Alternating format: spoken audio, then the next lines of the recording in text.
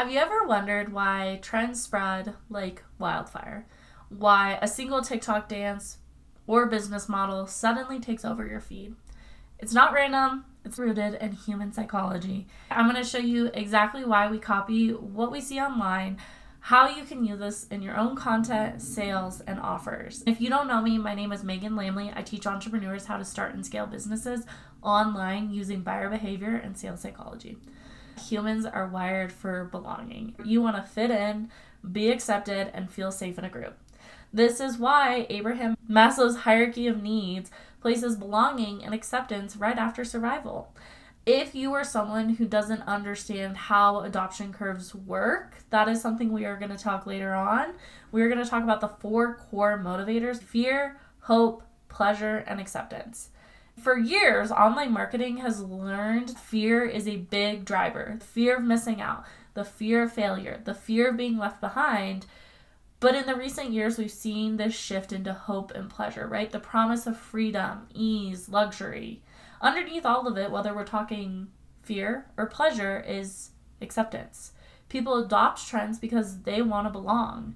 Because way back when we were hanging out in our caves, the problem was that if you were singling yourself out, you would be isolated and you would die.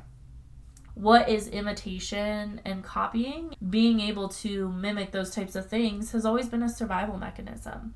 Because if you didn't mimic the group, like we just said, you were unsafe. If everybody else was gathering food and you weren't, you were going to starve. If everybody else was running the saber-toothed tiger and you weren't, you were going to die. And so our brains have evolved to understand that imitation is the best form of survival. And that's why we see this adoption in the online space when it comes to content style, marketing hooks, or even language spreads really fast. And that's why you could see one coach posting a certain way and then every other person, their posts look the exact same. Or one coach starts offering a membership and then every other person does the same thing. It's a group mentality. It's a herd mentality. And that's really important when we're adoption. It's not just social pressure, though. Psychologically and physiologically, in our brains, we have mirror neurons. Mirror neurons are important because they are designed to fire when we see someone else act. They sit next to our motor neurons, which control movement.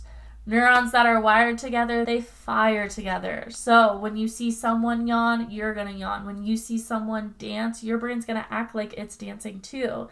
And when you see a TikTok trend, your brain doesn't just watch it, it rehearses it. And that's why you feel yourself pulled to learn it. That's why trends get adopted the way that they did, is because our brains weren't just like, okay, cool, that's a cool trend. Our brains were like, that's cool, I want to learn how to do it. This is why Charli D'Amelio exploded on TikTok. She wasn't teaching dance. She wasn't teaching how to do dance. She was simply repeating moves and doing it over and over using mere exposure, which just means the more you're exposed to something, the more you're going to enjoy it. And then she created this belonging and imitation. That's also why the car talks do well. Raw, unfiltered content is rising. People want to see you being human. They don't just want to watch it, because what do our mirror neurons do? Our mirror neurons create the feeling inside of us of that same one. They create the fear. They create the happiness. They create the pleasure. So how do you use this in your business? First, recognize humans are not logical, and they are going to adopt because of emotion and belonging. If you want your contents, your programs, or your sales process to do well, you have to build on acceptance. People need to feel inclusive. Joining a group, they are joining a larger cause. Second is leaning into imitation as a tool. Do not fear trends. Understand that people need sameness to feel safe. Trying something new and going first is leadership.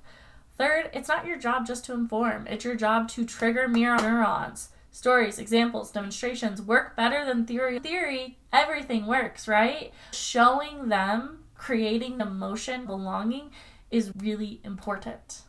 Next time you see a trend, don't roll your eyes. Ask, what need is this fulfilling for belonging? What emotions are mirrored and created in me? How do I feel about this content? How do I leverage this to make my own message grow? Trends are not random. They're rooted in the deepest, most primal parts of our brain. You can learn to create your own trends to be ahead of the space.